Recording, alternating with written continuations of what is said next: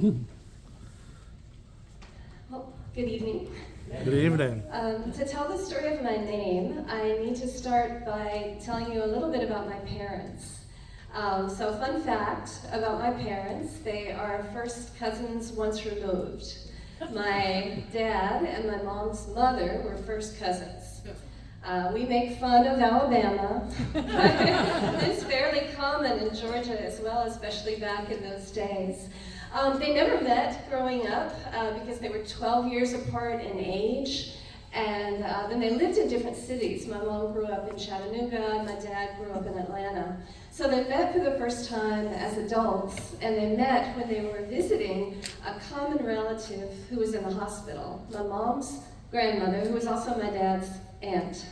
So at the time that they met, my father was 38, a confirmed bachelor, living a free and unencumbered life. My mom was 26, an old maid, a spinster, the object of pity of her former high school classmates who were all married with children by that time. But both of them had decided they were probably going to end up alone for the rest of their lives. So it felt like a real gift, a real blessing when they met and fell in love right away. Sadly, my great-grandmother, the lady they were visiting, died before she left the hospital. But my parents married, and a year or so later, I was born. And both of my parents told me that when they saw my face for the first time, they saw a really strong resemblance to my great-grandmother, and they gave me her name. So I have the same name she had at birth, Nancy Carolyn Morris. So now I want to tell you a little bit about her. I wish I could have met her. She had a very hard life in a lot of ways. The first story that I know about her was about her daughter, actually, my mom's mother.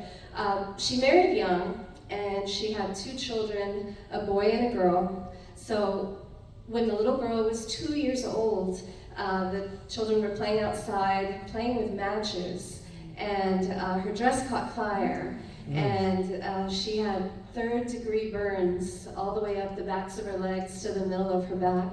2-year-old baby.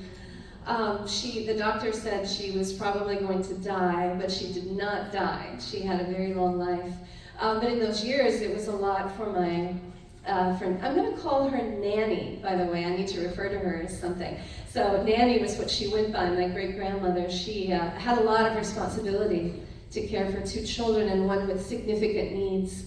But less than a year after the accident, her husband left. And it was one of those went out to get cigarettes scenarios. He never came home. He turned up in South Carolina years later. At some point, they had to have gotten divorced. But Nanny was destitute without his income, and she ended up moving in with her brother for a while. And that was good as long as it lasted, but his income and his house were not sufficient to accommodate her and her kids and his own expanding family. She needed another solution. They were attending a church, and there was a man she met at the church, a farmer and a widower, and he made it known that he was looking for a wife to take care of his daughters. She volunteered for that job.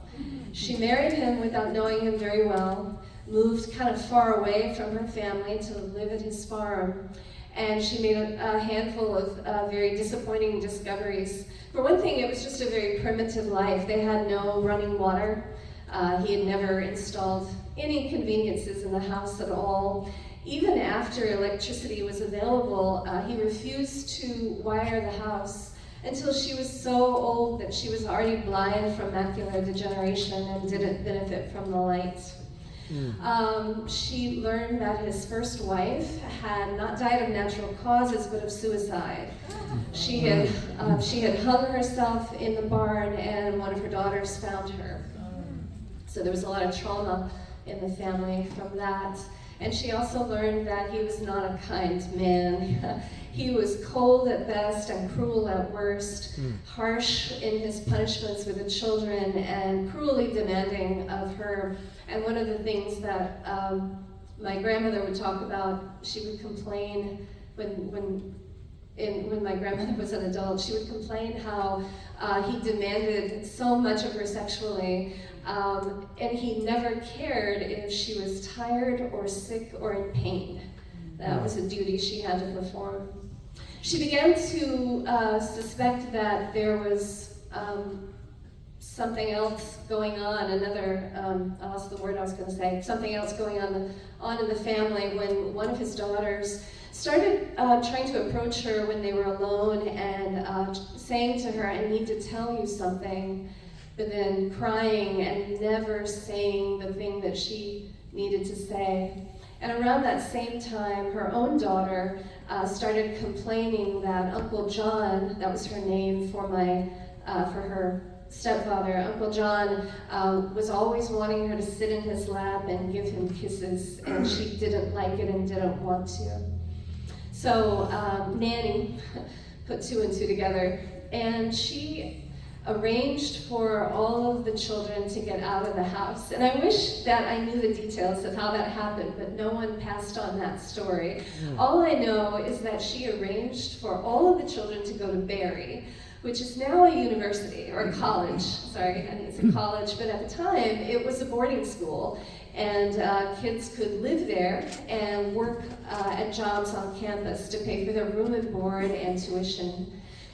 She got all of the children out of the house to protect them, and it was a great sacrifice for her because she adored children. They were the joy of her life. And the reason that my parents loved her so much is that they were both raised in families where children were to be seen and not heard, and not even seen, if at all possible. But when they went to visit Nanny, she welcomed them with open arms, pockets full of candy, their favorite dishes on the table, a lap to cuddle in, and she would ask them questions and listen to what they said. There were no other adults in their lives who gave them that kind of attention or affection, and that's why they loved her so much. I don't really believe in reincarnation, but I very much like the idea that my parents recognized her face in my face because her spirit was born into my life. Because I've had a very good life and an easy life, and I believe it's the life that she deserved. Thank you very much.